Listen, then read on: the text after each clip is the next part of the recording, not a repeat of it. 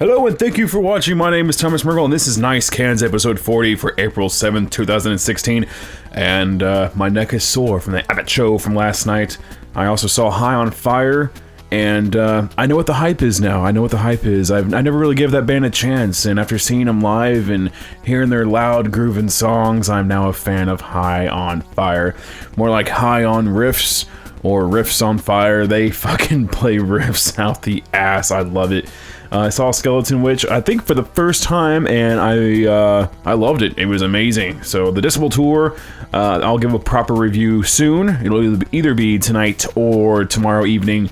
So stay tuned for that. I thought it was going to be a short and simple metal news day, but I guess not. Mortal Bird and Fire On released a new tour announcement. Starts on Saturday. And in Philadelphia, Pennsylvania, on the 8th, that is. So tomorrow. Oh my god. And well, the dual tour starts on the 9th, so yes, Saturday. Fire On, I hope I'm even saying that name right. Pure On. They play in Philadelphia tomorrow. Immortal Bird plays in Columbus, Ohio tomorrow, and then they meet up in Pittsburgh. So yeah, I'll link that down below so you can check out the dates and hopefully you can see them. And then Take is coming back, and they're coming back to Kansas City, and I missed them the last time because they were playing a goddamn show at 2 in the afternoon, and I had to work that day, so I'll be checking that one out. I'll link that down below with some extra information for that. Zealotry released a new song, Cybernetic Eucharist. Zealotry is a phenomenal band, fine Canadian, I believe it's Canada, technical death metal. And yeah, I don't know if I've released the review for this yet. I might have done a quick review for this, but Zealotry's newest album is really good. One of my favorites of the year. So yeah, be sure to check that out. It's a ripping tune, and I think you'll love it. Rotting Christ premiered a new lyric video for featuring Samael's Vorf. The clip is for Les Latania's D Satan, so be sure to check that one out. Metal Underground streaming that one. And then over there at Decibel Magazine, they are streaming the new Necrot album, and that one is a heavy motherfucker. If you like black metal and headbanging and a little bit of thrash craziness going on in there, then you'll love The Labyrinth. And then Decibel's also streaming. God, Decibel's so good. Decibel! You get all the good streams and the good concert. They are streaming the new Gruesome track, that track being Forces of Death. And I listened to that earlier on my lunch break, and it's a crushing song. Then we have some very interesting news. I'll start with the interesting news first. Whitechapel's next album will feature clean vocals on it. Yeah, Wade said the inspiration came from Lamb of God's latest album.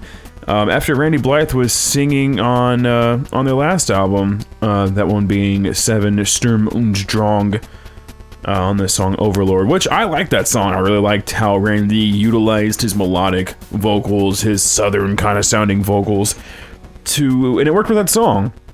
And that song was still pretty fucking heavy, so the fact that Alex Wade revealed to Revolver Magazine that the vocalist Phil Bozeman is exploring doing some actual singing on that, which is weird because, you know, deathcore band and all that shit. When it comes to Randy Blythe doing that, there's kind of a decent balance there because Randy's vocals, while they are heavy, they're not low guttural vocals like Phil Bozeman's, so it's going to be kind of weird to see or hear Philly B going from harsh gutturals to whatever he's going to bring to the party. So yeah, there's that. And then some very bad news. Do you remember that grindcore, father-daughter grindcore duo, Sockweb? Everyone talked about them. They were on Heavy Blog is Heavy. They were on Metal Injection, Metal Sucks. They were all over the fucking place. Well, Adam Richard Young, 28 years old, was arrested for 2 counts of intimidation, pointing a firearm, strangulation, 4 counts of domestic battery, and criminal mischief. The woman told police Young confined her to their home several days ago. Court documents describe the victim's account of the alleged abuse she suffered during that time. According to the victim, Young snapped her glasses in half, stomped on her laptop, slapped her across the face, and punched her in the ribs. He also allegedly pinned her against the dining room wall and pointed a pistol to her head.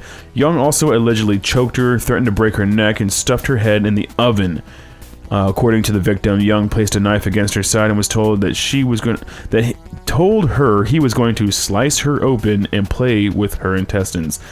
That is grossly beyond fucked up, especially since everyone kind of knows you. It doesn't matter if you're in a spotlight or not. Anybody who does that is a piece of shit, especially if you have a child. That makes you even more of a piece of shit. And at this point, I am glad that the woman got away. I am glad that she was able to survive. I'm glad that this motherfucker is in jail. And what really hurts is I feel sorry for the daughter. I really feel sorry for her now because she was doing this thing with her dad, and it seemed like an adorable thing at the time, and everyone was very supportive of it. And now this comes up, and your dad is a piece of shit. So I only feel sorry for her. I feel sorry for the victim as well, but I really feel sorry for her. So fuck Sockweb and fuck this guy, Adam Young. Fuck you. Next up, the very last thing. I was over there on the reddit.com subreddit metal, the metal subreddit. I don't know why I said it weird like that. And they kind of have a top metal albums of 2016 so far, and I love following this because I love seeing what the community enjoys. I love seeing what the community digs compared to my own tastes and likes.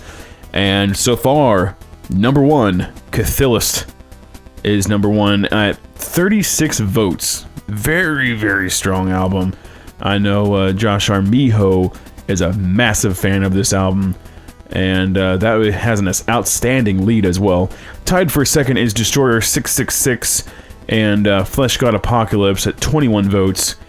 Hot on their heels at 20 votes is number 3, Ripper's latest album, Experiment of Existence. Ripper is incredible death slash thrash metal, very good crossover band, and I think third place is very good for them. Honestly, I really didn't think that they were going to get much praise or any spots in the limelight at all this year. I thought I was maybe the only one that was going to appreciate Ripper's sound and execution on the new album, but I'm glad people are talking about it. So third place for them, and I'll just talk about the top 3 right there. So there's a top 3. I'll link that below so you can check it out. You got Abath, you got Oranzi Pazuzu, the newest Najra album, Agoraphobic Nosebleed, which was to me. Megadeth was on there, Obscura, Rotting Christ, Scaffe, Begram Eximius, Hyperion, Omnium Gatherum, and so on, so forth. So yeah, I'll link that down below. And that is it for today. Thank you for listening, and I'll see you tomorrow. Bye-bye.